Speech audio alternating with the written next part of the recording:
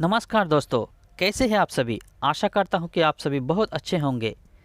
Only Hindi stories channel में आप सभी का स्वागत है। मैं आया हूं एक और मज़ेदार कहानी को लेकर। अपेक्षा करता हूं कि आप सभी को ये कहानी अच्छी लगेगी। ये कहानी दो हंसों के बीच की है, तो आनंद लीजिए इस कहानी की और बने रहिए इस वीडियो के साथ अंत तक। तो चलिए शुरू करते हैं आज की इस वीडियो।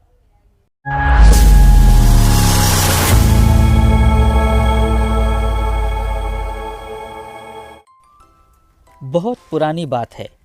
हिमालय में प्रसिद्ध मानस नाम की एक झील थी। वहाँ पर कई पशु पक्षियों के साथ ही हंसों का एक झुंड भी रहता था। उनमें से दो हंस बहुत आकर्षक थे और दोनों ही देखने में एक जैसे थे। लेकिन उनमें से एक राजा था और दूसरा सेनापति।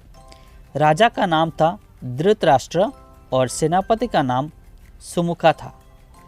झील का नज़ारा बादलों के बीच में स्वर्ग जैसा प्रतीत होता था। उन समय झील और उसमें रहने वाले हंसों के प्रसिद्धि वहां आने जाने वाले पर्यटकों के साथ देश विदेश में फैल गई थी। वहां का गुणगान कई कवियों ने अपने कविताओं में किया, जिससे प्रभावित होकर वाराणसी के राजा को वहां नज़ारा देखने की इच्छा हुई। राजा ने अपने राज्य में राजा ने अपने राज्य में बिल्कुल वैसी ही झील का निर्माण करवाया और वहाँ पर कई प्रकार के सुंदर और आकर्षक फूलों के पौधों के साथ ही स्वादिष्ट फलों का पेड़ लगवाए। साथ ही विभिन्न प्रजाति के पशु पक्षियों की देखभाल और उनकी सुरक्षा की व्यवस्था का आदेश भी दिया। वाराणसी का ये सरोवर भी स्वर्ग जैसा सुंदर था। लेकिन राजा के मन में अभी उन दोनों हंसों को देखने की इच्छा थी जो मानस सरोवर में रहते थे। एक दिन मानस सरोवर के अन्य हंसों ने राजा के सामने वाराणसी के सरोवर जाने की इच्छा प्रकट की। लेकिन हंसों का राजा समझदार था। वो जानता था कि अगर वो वहाँ गए तो राज उन्हें पकड़ लेगा। उसने सभी हंसों को वाराणसी जाने से मना किया, लेकिन वो नहीं माने। तब राजा और सेनापति के साथ सभी हंस वाराणसी की ओर उड़ चले। जैसे ही हंसों का झुंड उस झील में पहुंचा, तो अन्य हंसों को छोड़कर प्रसिद्ध दो हंसों की शोभा देखते ही बनती थी। सोने की तरह चमकती उनकी चोंच, सोने की तरह ही नज़र आते उनके पैर और बादल से भी ज़्यादा सफ़ेद उनके पंख हर किसी को अपनी ओर आकर्षित कर रहे थे।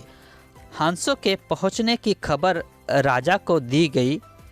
उसने हंसों को पकड़ने की युक्ति सोची और एक रात जब सब सो गए तो उन हंसों को पकड़ने के लिए जाल बिछाया गया। अगले दिन जब हंसों का राजा जागा और भ्रमण पर निकला तो वो जाल में फंस गया। उसने तुरंत ही तेज आवाज़ में अन्य सभी हंसों को वहां से उड़ने की, अपनी जान बचाने की आदेश दिया। हंसों का राजा समझदार होने के साथ साथ दूरदर्शी भी था। उसने सोचा कि अगर राजा को पता चलेगा कि सैनिक ने उसे छोड़ दिया है तो राजा इसे ज़रूर प्राण दंड देगा। तब उसने सैनिक से कहा कि आप हमें राजा के पास ले चले। ये सुनकर सैनिक उन्हें अपने साथ राजदरबार में ले गया। दोनों हंस सैनिक के कंधे पर बैठे थे। हंसों को सैनिक के कंधे पर बैठा देखकर हर कोई सोच में पड़ गया। जब राजा ने इस बात का रहस्य पूछा तो सैनिक ने सारी बात सच सच बता दी। सैनिक की बात सुनकर राजा के साथ ही सारा दरबार उनके साहस और सेनापति की स्वामी भक्ति पर हैरान रह गया और सभी के मन में उनके लिए प्रेम जाग उठा। राजा ने सैनिक को माफ़ कर दिया और दोनों हंसों को आदर के साथ कुछ और दिन ठहरने का निवेदन किया। हंस ने राजा का निवेदन स्वीकार किया और कुछ दिन वहां रुककर वापस मानस झील चले गए। तो दोस्तों, इस कहानी से हमें ये सीख मिलती है कि किसी भी परिस्थिति में हमें अपनों का साथ नहीं छोड़ना चाहिए।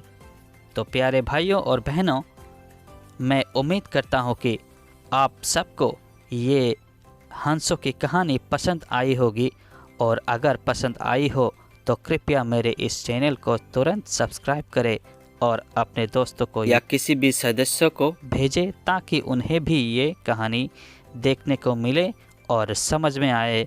धन्यवाद। मिलते हैं अगली वीडियो में, तब तक के लिए जय हिंद, जय भारत।